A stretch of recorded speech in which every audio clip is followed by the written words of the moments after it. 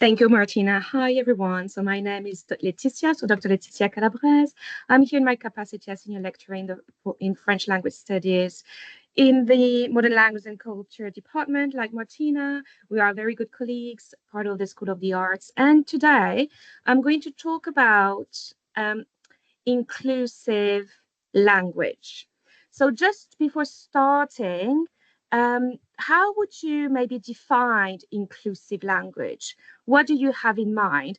So, So someone mhm. in the chat has just put, inclusive language could be when languages are meant to be accessible to all in terms of learning. Oh, that's A a very very good good answer. idea. Yeah, that's a very good answer. But we'll see, by the way.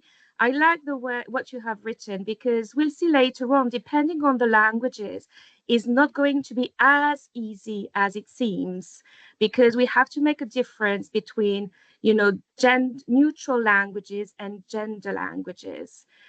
So this is where we are going to have some differences. But I like your definitions about the accessibility in teaching. But more generally speaking, what we would say when it comes to inclusive language is when we use inclusive language is to make sure that we avoid, for example, biased stereotypes or discriminatory terms. And so in a way to acknowledge diversity, promote equality, and ensuring everyone feels included and valued. So in that case, it's just a little bit more what we mean by that, how we can apply those systems, and if it is applicable to all languages. So, the first step, for example, I was thinking about when we think and we try to have some sort of brainstorming here, exchange, is in the United Kingdom. Why do some people signal their pronoun on social media, email, etc.? So, why is there this, trend, I would say, where we do provide in our, for example, email signature, such as mine, my pronoun she, her. So, do you have any idea as to why this is happening? Why would people really specify their pronouns?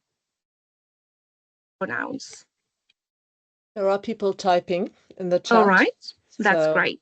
we've Thank got you. some I'm going to answers wait a coming. few seconds. Yeah, I like this one, the little image that I managed to find with all the she, them, or she, her, he, him, his, they, them. There are a lot of things. And the That's one that very I've good. added, yeah, and the one that I've added on my email signature. Now it's been 3, 4 years, I think.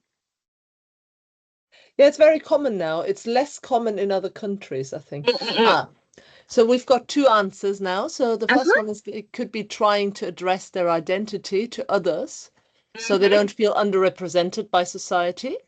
Very good. I like Um, that. Mm-hmm. a very good comment, I think. The Mm-hmm. second one is it can reduce stigma around people who maybe use less common pronouns. Mm-hmm. That's Also another very good good. point. Yeah. Good thought. And So, then we've mhm. got another one saying for the purpose of clarity and representing themselves in the way that they want to be perceived by others. Yes, that's good. So every time it's around the notion of, identity, how we want people, to see ourselves. And also sometimes, when we do have some names that are from a foreign origin, we don't know whether it's male, female, or people don't want to be, identified strictly by male or female. So this is where the use as well of pronouns are very important. So that's why, my slide here, I've put she, her, because Laetitia, sometimes people don't know and would be like, is it a woman, a man, or, maybe non-binary? Mhm. So there are all those things that we can think about and it will avoid, problems. And as you said as well, all the stigma and to be represented, in a very nice way and not to feel those stigmas and to create a healthier space for everyone so that you can bring your whole self to work, for example, and to be respected for it. So that is, one those few elements here around this Laetitia, use we've of. got another Oh, we've oh got yes, another please. answer.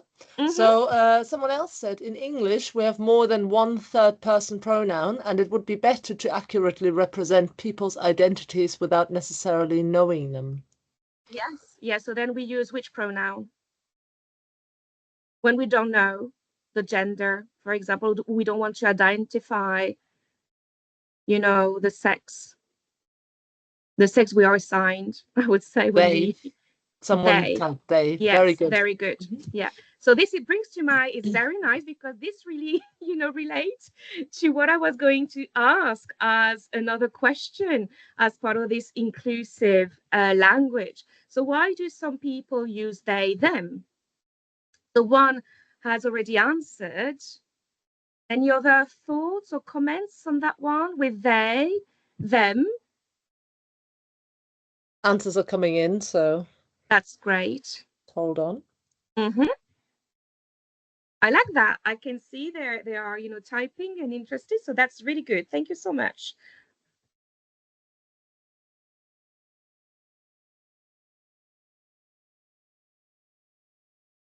So there's an answer here which says they don't feel like they're bound to one gender or the one they are given at birth. Yes. Yeah, Very that's good. true. So here is not to be identified or defined by a specific gender. So then we will use they, them, indeed. Any other comments maybe as to why we would prefer using they, them? So we've got another one. Bethany said, society attributes characteristics to different pronouns which people may not identify with. Yes, true as Mhm. well. Very good point here, indeed.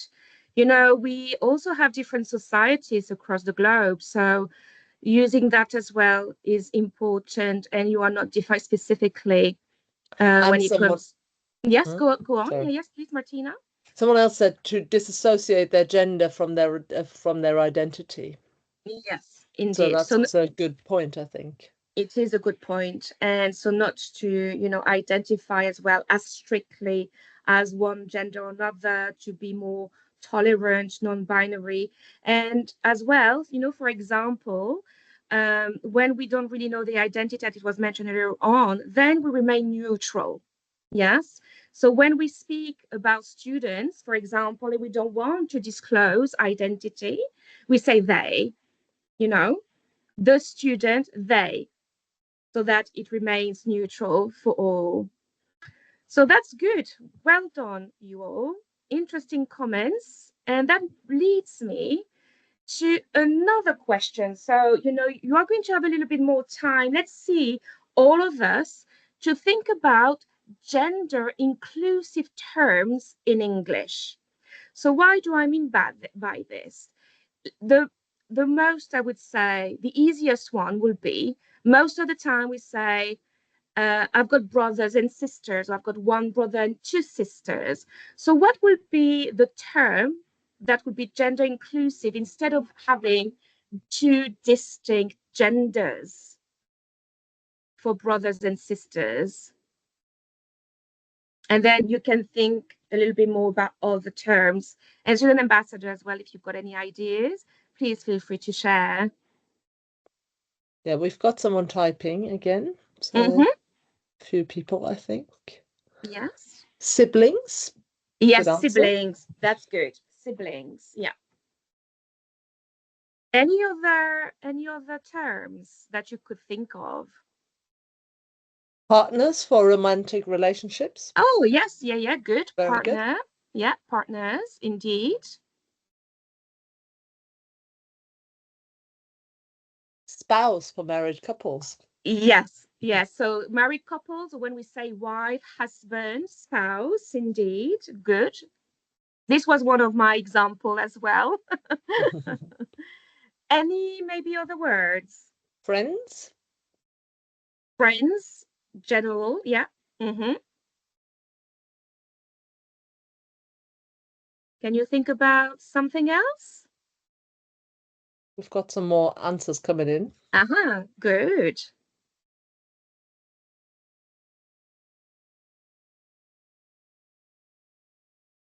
Or not. I don't know.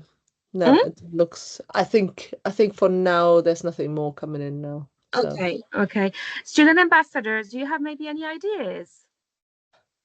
oh, we've got another one. Yeah, Instead of anyone? Yeah, ladies and gentlemen, referring to a general group. general group of you could, yeah, people. Yeah, yeah, yeah. For Mhm. example, Everyone, you could say. everyone. I as well. Instead of saying ladies, hello everybody, hello everyone. Indeed. Sorry, The only someone one I was going could to think say of something. was children. So instead of Children. like I have a son or a daughter, children. Yes, children, kid. Yeah, indeed. Very good. So we can see that there is a variety. And when it comes to, sorry, I've got a problem all of a sudden. So this is, for example, what we said, wife, husband, spouse, then men, women, everyone, male, female, human, sister, brother, siblings, and then boys, girls, we can have kids, as you said, Katrina, as well. We could have children, and then the various, abbreviations as well to change to become more inclusive with MX, for example. And we already had, the use of their instead of his, her. So there is there are a few words and even more. For example, one that I've always been thinking about is, for example, every time in art newspaper articles back in the days, I could see the spokesman or the spokeswoman, but most of the time it was the spokesman, and now it's always the spokesperson. So you see how things have evolved, and you can see that it's to become more inclusive and less gender based. So when it comes to all this, we've seen that in English, it's kind of easy in a way to have this inclusive language because it's more sort of a neutral language. But now I want you to think a little bit more about why some people might embrace this, inclusive language and using more terms, pronouns that are neutral and more inclusive, and why some other people would resist this practice. What do you think about embrace, resist? What would be the reasons for that? I'll give you a few minutes to think about that. And if you have any ideas as well, student ambassadors, please feel free to join.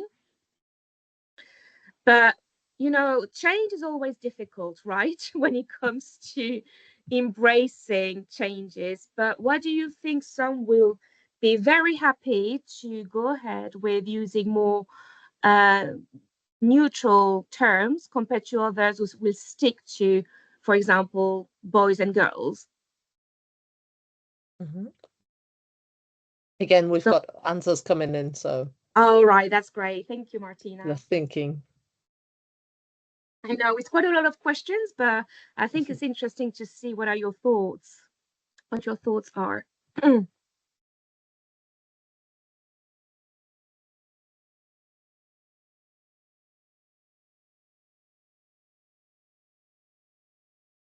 So Grace said, people may resist because it doesn't feel like the norm or comfortable, Yeah. particularly when referring to someone as a they, as it doesn't make grammatical sense from a language perspective. That's very interesting comment because there are 2 points here. Because at the beginning, if I'm not wrong, it's more about as well tradition. What we are used to being taught, how the society, perceives, for example, maybe genders and comparisons and all the rest of it, and then the way it is grammatically linked to a specific verb, word. So in that case, that could create maybe confusions and not understanding as to why people would prefer using they, as it was mentioned in the chat. So I think, yes, about maybe when it comes to resisting, it would be maybe to be afraid of changes and a very traditional aspect as well. If I summarize in a way what has been mentioned. I've Mm-hmm. got two more answers here. So, Oh, yeah, Malas Eme said, I think there has been an increase in people understanding their true identity, and someone who is from a more traditional time may not understand the changes. So, again, I think that goes along with worries, anxiety about change. yes, indeed. And Yeah. also, as well as to what you've read, Martina, about that comment, I think now as well, people feel less afraid of speaking out or of identifying themselves as non-binary. There is less judgment, less, stereotypes, compared to 10 years or 20 years ago. It could have been different. So I think this is a really nice as well comment here. Very good. I've got another one, two more. So Mhm. Daniela says, resisting change could be a more common thing with the older generations or people committed to traditions. People might embrace change since they see more positives in that specific progress. Um, yeah, so resisting change is more common with older generation, yeah, but people who embrace change see more positives. So Yes. probably, a shift in generations as well. And then Shifting we've got an generation. Yeah, 1 second, Martina. Shifting generations, but sometimes, you can be surprised that in some youngest generation, they still have those sort of very traditional ideas because we have also to keep in mind the way we are being brought up. So if you've got a very traditional view about, binary, non-binary, then it can really last across, generations. So I think it's not just about just old as such, but I no, agree with no, this distinction. We can go more into detail, but we won't have time. But I love no. all those comments and thoughts. These are But very relevant to our topic. So thank you so much. I think there's There's one another more, comment. which is, yeah, which is Hmm. actually quite interesting. I think people are Hmm. perhaps, so Bethany says, people are perhaps viewing gender as less significant to a person's identity now, which I think is very Ah, true. that is very true. So, if, for example, it's less significant, what would be then the other characteristics of defining a person or identifying ourselves if it's not through gender? This is just a question, more Hmm. kind of broad. We don't need Yeah. to answer that one because we won't have time. But it's just to show that we've got resistance, people embracing it. I've tried to summarize a few things about what could be, under embrace and what could be under resistance as well, embracing resistance. So when I say sexist language here, about embracing, not to embrace the sexist language, is to embrace the change of, having some difference in the way you are going to use, for example, the agreements. So let's take for the example of the French language. So since I was, since I was young, every time where you were to write, or especially in the written language, you would have one boy and 10 or maybe five girls, and you would have to use the masculine when it comes to writing. So instead of, they as neutral, it would be il. So for those people who do, French in this session, you know what I mean. It would be for Spanish, for example, ellos instead of ellas. But every time it would be always under the masculine because it was under that, the society was built under men. And so there were still, um, imprints of that. So that's why it's more around this sexist language as such. Then, diversity, creating a culture of inclusion etiquette, avoid racial injustice and discrimination. And then I found something very interesting. So from McKinsey researchers, and there's a link here that says a diverse and inclusive workplace is central to a company's ability to attract, develop, and retain the talent it needs to compete. And I think that is interesting because every time when we think about inclusive language, we think about, for example, you said about learning a language, which is true, but it's not just about identity, it's not just about diversity in society, it can really relate to different aspects. So I thought that was interesting to mention here. And when it comes to resistance, we did say being afraid of changes, traditions, and then when you mentioned the very beginning, the teaching, learning a language, but it would mean as well maybe changing our teaching methods to revisit those if we want to really be inclusive in the language we are teaching. Because, it would mean about changes with pronouns, changing with agreements, depending on the gender languages we're talking about. And also something that is interesting because, for example, in France, we've got, l'Académie Française. That is an institution that looks at what can be approved and can be added in a dictionary in terms of phrases, new words coming out. And so what they did say here, they weren't too keen in, embracing inclusive language as well, because around learning differences, it would be quite difficult for neurodiverse students to add all, for example, when it comes to French, all the various endings in writing. So I think this is something that is, good to think about, to expand a little bit more on it. And if you have time, if you're curious to learn more about it. And that's why I said sometimes with the languages, it is impractical, especially if we were to speak, applying those um, practices. And I'm going to give you some examples now. So let's go with Spanish. We do have, I think, in the chat, if I'm not wrong, Martina, we have students who are learning Spanish, French. I don't know if the person who arrived a little bit later also learns French or Spanish or maybe in other languages. But this is to show you how things have evolved. So that's why I have a nice arrow. It's just to show you, for example, my children are very beautiful, neutral. In Spanish, mis hijos son muy lindos, or mis hijas son muy lindas. And then now they have this new ending, hijas, lindas, meaning that it's inclusive, it's both genders and not one specific. So I think it's nice to see how in Spanish here, it seems to be easy, right? At first glance. But those who are doing Spanish, because the next slide, I've got the word student, and I've got the word teacher, and I've got the word brother and sister, sibling.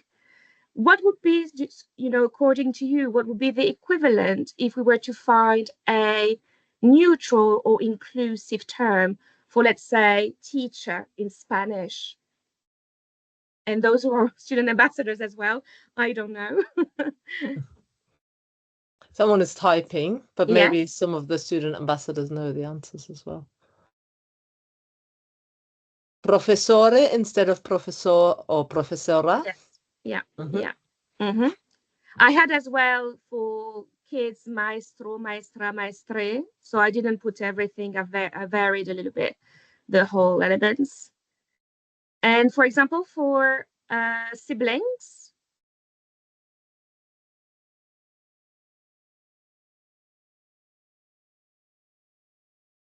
no. So this is just, to give you some sort of idea. And I've kept this sort of table as well for French and for German, so that we've got every time masculine, feminine, neutral, inclusive, and with the same key wording and some special characters as well. So for example, hermano, hermana, hermane, and it's only plural, for example, for siblings here. And sometimes you can come across some very special characters. And in Spanish, you could have the at, or you can use the X for, instead of saying los chicos, las chicas, les chicas.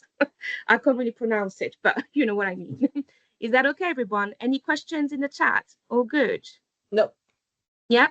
So another example, for example, with the same, first sentence we had for Spanish, my children are very beautiful.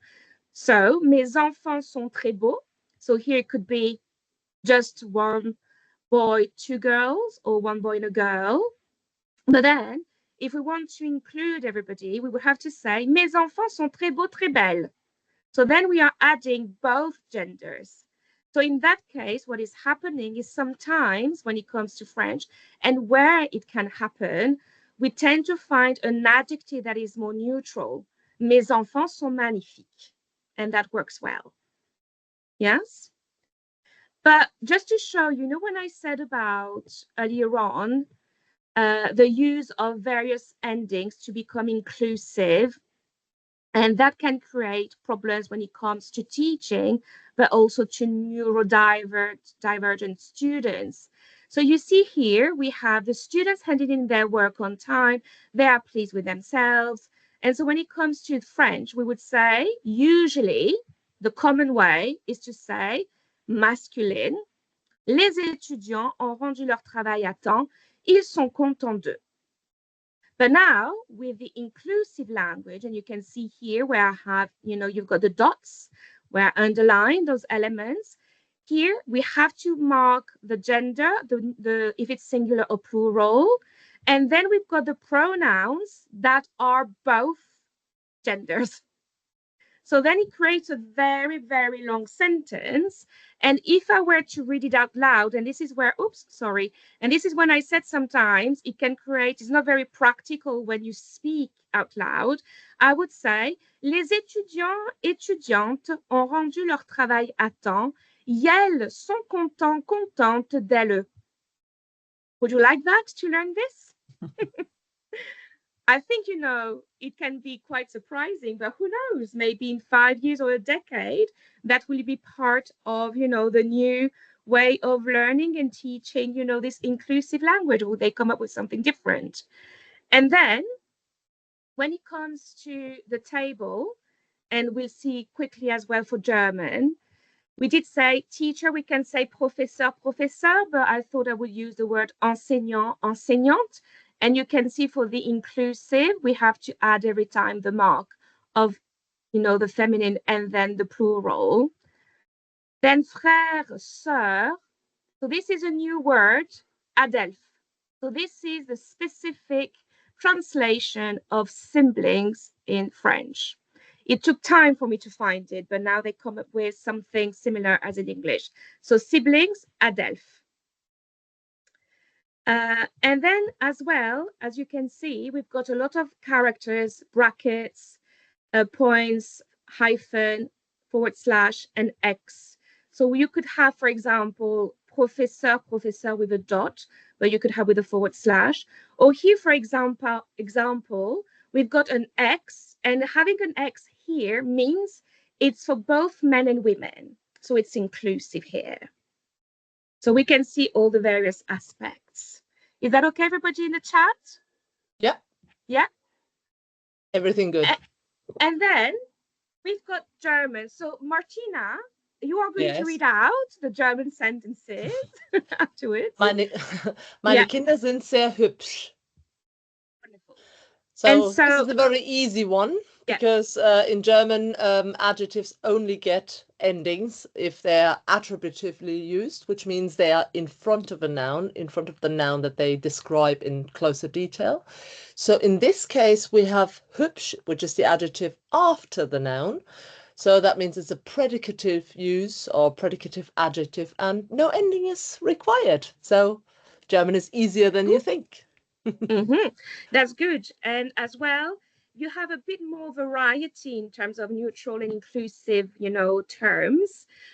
So this is the same table, and you've got the special characters as well with the star, the underscore, or that. So you can see that there are very specifically gendered, and here is neutral inclusive.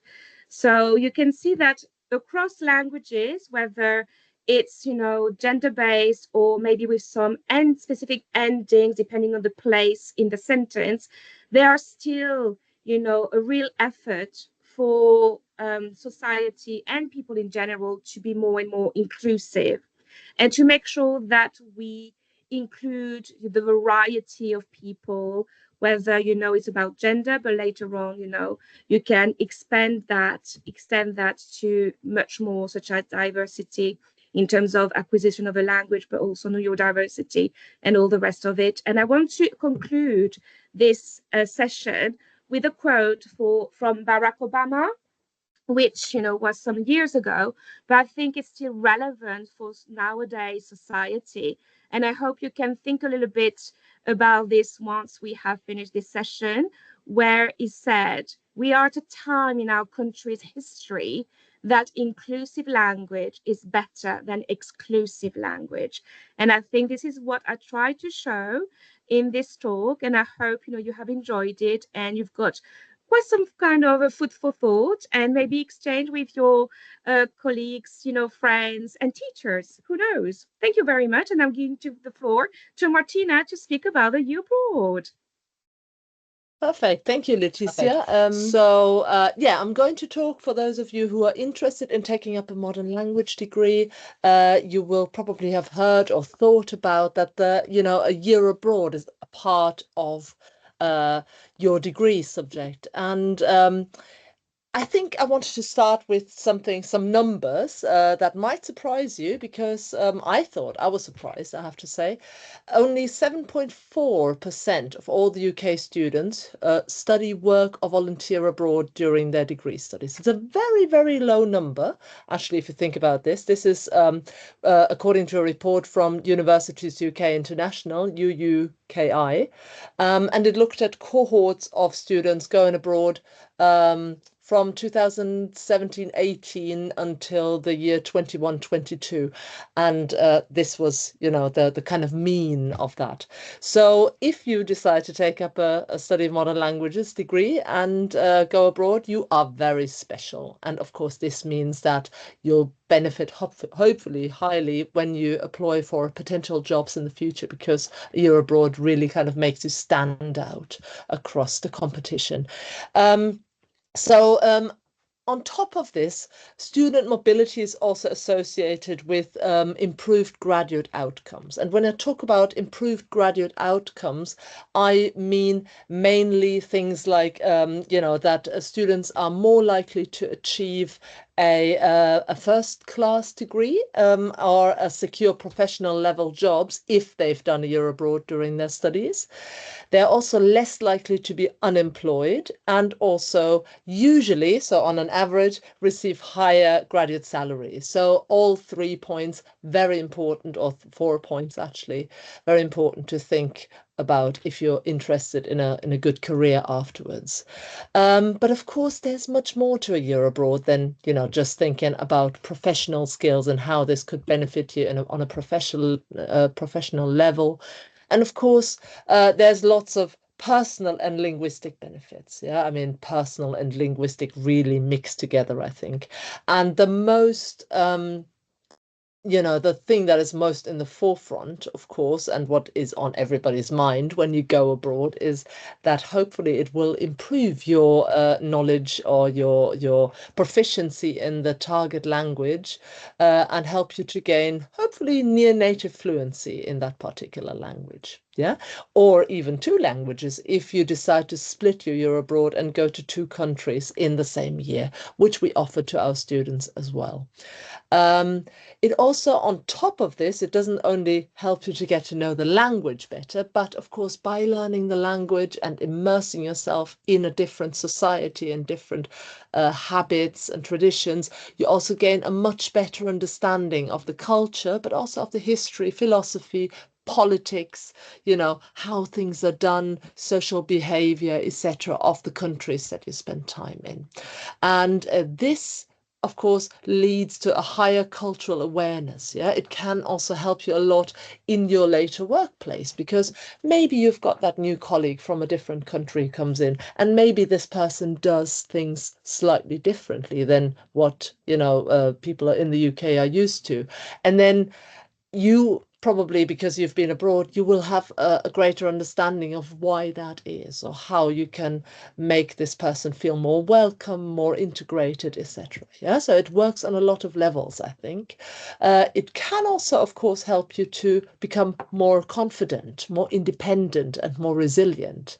We often hear from students that, they say, the year abroad might be a challenging year, and I'm not denying that. It can be challenging, but often students come back so much more mature. And I see this a lot with my final year students. They come back after having been away for a year. And I always think, gosh, they're so much wiser or, so much more mature. And it's because, you go away, you find your own feet, you have to learn how to be independent, and it's a great opportunity.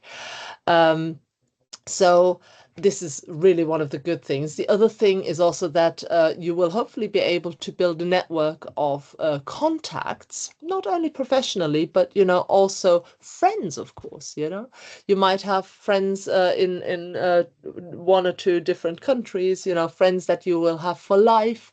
You can also build, you know, professional contacts or networks. We've had students who have worked at companies. So, for example, we had a student a few years back who worked for Mercedes-Benz in Stuttgart, and she is now working there on you know, as a professional, because they were so impressed with her during her year abroad that they offered her a job afterwards. So it can really be a stepstone into your future career. But not only that, it also, as I said, on a private level, a lot of our students go back and, you know, see their friends, and it's just lovely.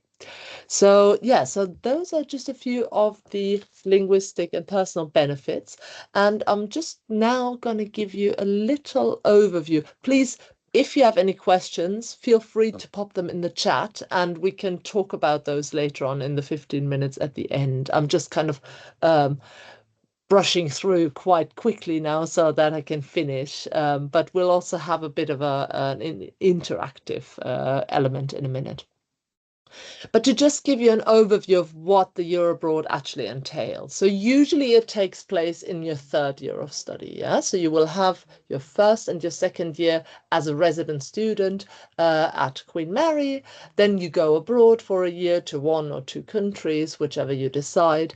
And then you would come back for your final year as a resident student again and finish your degree here in London. We have reduced tuition fees during that third year abroad because, of course, you're not here, and it's a fraction of the cost. So it's 12.5% usually what you pay. And of course, you can also take out the student loans. They can continue while you're abroad in terms of financial aspect. Yeah. So whenever we have students signing up for a modern language degree, you have to be mindful that you are actually signing up to a 4-year degree. Yeah? So the year abroad is not an extra that you can just switch on or off. It is a compulsory part of our degree if you study a modern language. But of course, it's flexible, so you can really tailor it to your own likings and, you know, what you want to do. If you always wanted to go and study abroad, then you can, for example, study, you know, at one of our partner institutions. But if you feel like you want to get some work experience under your belt, you can do that as well and work for a company abroad, you know, get some work experience that way. Or you can mix the two together. You could also go and work, for example, as a teaching assistant for the British Council and teach English at a you know, at a secondary school abroad. So lots of options there, really. And what is very flexible as well is the duration. Yeah, so we require you to go abroad for a minimum of 6 months. Yeah, so that would be seen as a full year placement. But of course, you have a lot longer time period to play with, theoretically, because you finish your second year around the end of May, beginning of June, and then you have until September of the following year to play with. So almost 15 months. So if you want to, you can combine your year abroad with, you know, a travel of the world or travel of Europe or travel of, you know, South America, wherever you want to go. Or you can do more than one placement. You can take up multiple placements in those 15 months. So, as I said, a lot of flexibility to really tailor it to your needs and what you want to do. And as I said before, you can study or work. Yeah, both is possible, or you can do both at the same, not at the same time, of course, but after one another. And you can go to any language, any country where one of your target languages is spoken. Yeah, so that would be the target language that we offer at the moment are Chinese, Mandarin in that case, French, German, Spanish, Catalan, Portuguese, and Russian. Yeah, so those are some of the languages we offer, or the languages we offer, and you can go to destinations where those languages are spoken. Yeah, we've got some examples of placements that former students have done, and as you can see, there's a wide range, and there's some big names on there as well. Yeah, so we had, for example, people who worked for Mercedes-Benz, as I said before, in Stuttgart. We've had students working for Bosch in Germany as well. We've had every year we have lots of students who do the British Council placement. So they go and teach English as a foreign language at secondary schools abroad, and that you can do that in various countries. We've had people working for Air France. We've had people working for PricewaterhouseCooper, for Elle magazine, Hello magazine. We've had someone working for Coca-Cola as well, Deloitte. Someone worked for the United Nations, and then someone who even worked for the International Paralympic Committee. That was in Germany as well. So quite, a breadth of placements, I think. So yeah, just some food for thought. And of course, the year abroad is also, as I said earlier on, can also be something that triggers anxiety or worries, or, things that you feel you might be, overwhelmed with. So we've asked our own students, what concerns you most about going abroad? Yeah. And can I just ask what you think? This goes out to the students in the chat, but also to student ambassadors. What do you think would be number one, number two, and number three in terms of worries when you're going abroad, or when you're planning a year abroad? What do you think is, something that worries students the most? Any ideas?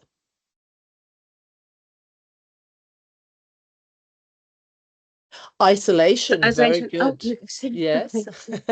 Yeah, I can see it again now. So isolation, yeah, very good. I can see other people are typing. Isolation is, of course, a big one, yeah, because you might not have many friends yet, because you're coming to a country where you don't know anyone, and of course, at first you might feel isolated.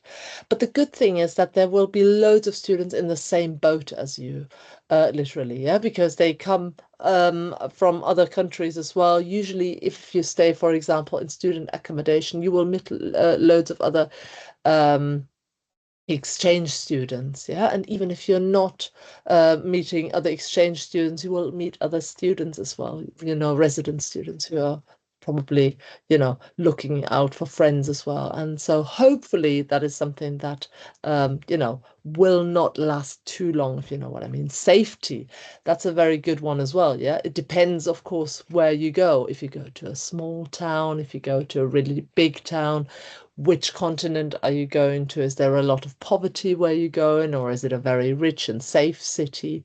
Yeah, so that is, of course, something that is also a very, very important factor to factor in, or to think about, especially because you don't know your way around. Maybe any more, maybe. I think safety ties into a bigger thing of, kind of practical issues. Finance, yes, big one, especially now that, after Brexit, we're not part of the Erasmus scheme anymore. But of course, you might have heard that the current government is seeking closer ties with the EU again. So hopefully we might be able to rejoin Erasmus. But in the meantime, we've also got other programs, the so-called Turing funding, which has grants that can be paid to students. Yeah. So in terms of finance, you're not going to be completely left on your own, or your own devices. And someone else said having to speak the language all the time. Oh God, yes. Scary, right? Yes, I think that's a big worry for a lot of people. But of course, you get into it. I mean, all of our student ambassadors have been abroad. What would you say about that? Is that something that you were worried about, and that kind of, you know, was it a real worry, or was it something that you didn't have to worry about so much when you were there? Moya? I think actually the worry might be the other way around, because it can sometimes get quite tempting to speak English, as if you're at a Mm. university, you interact with quite a lot of international students. So yeah, my fear was kind of the other way around, of I might be speaking too much English instead of actually speaking like German when I was in Germany. So yeah. That's a very good point, Moya. Yeah, because especially it depends on where you're going, of course. But if you go to a place where there are a lot of international students and a lot of, foreigners, then of course the danger is there that you're actually not going to be speaking that much of the target language at all. Yeah, but I agree that it's also, a pressure on you, that you think, oh, I'm not that fluent. Will I be able to make myself understood and so on? So all very good answers here. And our Martina, survey, yes. sorry for interrupting. I think Katrina wanted to say something Oh, as well. sorry. Yeah, Katrina? I mean, I was just gonna say that like before I went to Spain, I started Spanish from beginner at uni. And I went to Spain for my year abroad, so obviously it was a worry that I wouldn't be able to like communicate. And I wasn't in like a big city either. Because I was doing the British Council, so I was placed in like a smaller city, where I didn't know anyone from Queen Mary going. I didn't know anyone who lived there. But actually, when I got here, I like found my feet quite well in the end. I did meet a lot of other international students and a lot of other Erasmus students as well. But actually, just like day-to-day things, I remember trying to order this cake. I didn't know what it was called, so I just described it by color, kind of like a child, but like that's actually how you say it in Spanish. I just didn't know that. So yeah. So you got it right. Perfect. I did get it right by accident. See, but that's what, yeah, it's trial and error really. And I think most people in the, in the country where will be very understanding of that. No one expects you to speak the language perfectly. Yeah, so I think it's more your own kind of striving for perfection to get everything right. I know exactly the feeling. Than other people expecting you to speak perfectly. Leticia. Yeah, no, afterwards, I think as well, Samantha, because since someone put as well safety and you went, if I'm not wrong, was it Mexico or Colombia? No, Colombia you went to, no? Colombia. Yeah, I was in Colombia. Yeah, if you can maybe mention something briefly about safety. I think I was a bit worried about safety with going to Colombia, but I went to Medellin specifically in Colombia, which is quite a big city, which doesn't have necessarily the brightest or most positive past.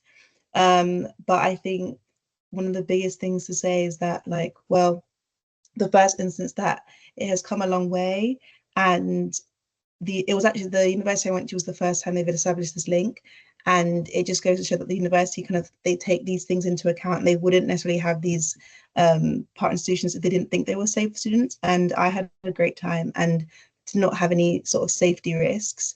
I think as well, just when you go abroad, regardless of sort of where you go, when you go to big cities, you just have to sort of be cautious with in general, and treat it like with caution, but at the same time, you shouldn't let that fear stop you from going to somewhere that you want to go, especially if it's a bit further than maybe a European country. You also will do like a risk assessment before you go. It's just more so to just make sure you're aware of like the political situation, the area you live in, the geography of things, just so that you're aware, but it's not to sort of like scare you more. It's just to make sure you're as prepared as you can be. But at the same time, I do think there's a certain level where you can't be 100% prepared. It's something that you will just experience and grow with and adapt to as well, which is, I think, the key thing. But I don't think, yeah, if there's something you really want to go, especially if it's Colombia, don't let that, like, the fear stop you. It's a great country, an amazing country, and a great city as well, the one I went to. So yeah, I recommend.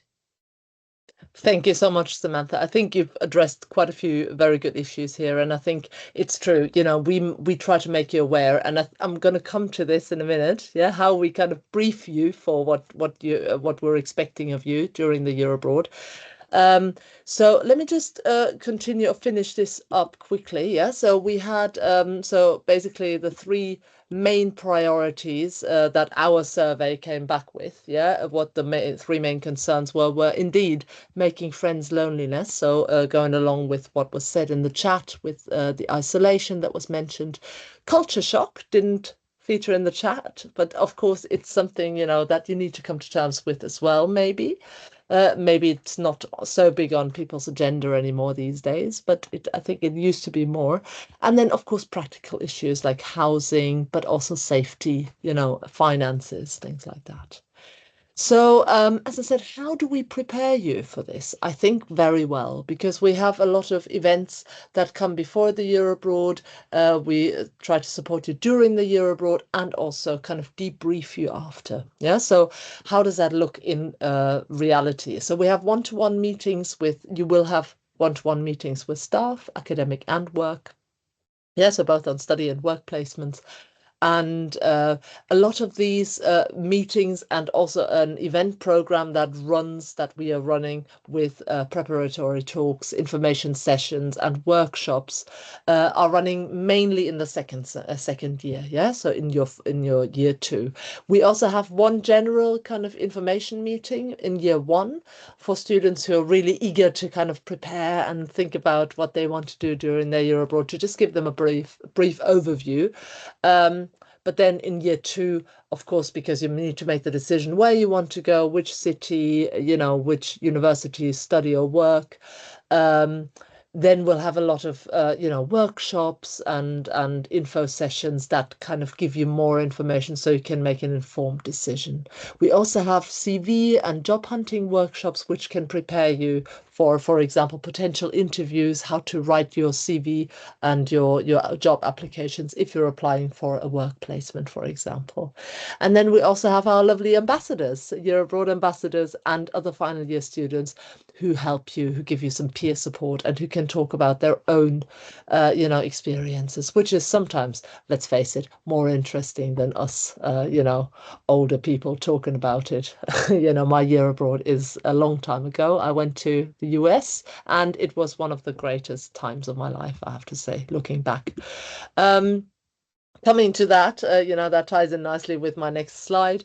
There was a survey which was conducted by a website called thirdyearabroad.com, global graduates, and it actually found out that 86% of 600 interviewed graduates said that the year abroad was one of the most valuable parts of their degree course. So I think this is not surprising, given that that you really have so many opportunities when you go abroad and do things that are slightly outside your kind of safety, or your your usual kind of pattern and program and so on. Yeah. And just to give you a few little keywords and phrases that our students gave us when we said, what do you associate with the year abroad? I think this just sums it up, really. You have international work experience. Someone said overcoming challenging times, yeah, and embracing the really good part of the year abroad, meeting new people. Clearer career goals. So, for example, if you have a study placement and, a work placement, and you realize, oh, this is for me, or you realize, hold on, maybe this is not what I want to do for, for a living later on. Travel, of course, because you can use this as, an opportunity to explore further, really, experiencing a new culture, and of course, increased my confidence in the language. So those were the things that our students said. And this brings me to the end of my talk. Sorry, I've gone slightly over, but we still have a few minutes to talk and to answer any questions that you might have. So thank you. Vielen Dank. Merci. Gracias. Obrigado. Spasiba and xie. Yes. I'm not sure how Yes. well I did this, but Good. Very tried. good. So thank you all very much. Thanks to all our, our participants. Really good participation there, I think. And thanks also to our lovely year abroad ambassadors, student ambassadors, and Leticia, to your wonderful information, very informative session on, inclusive language. It's great. Perfect. That's great. Thank you all very much and have a lovely evening. You too. Take care. Bye-bye. Tschüss. Adios. Tschüss. Au revoir. Au revoir. Adios.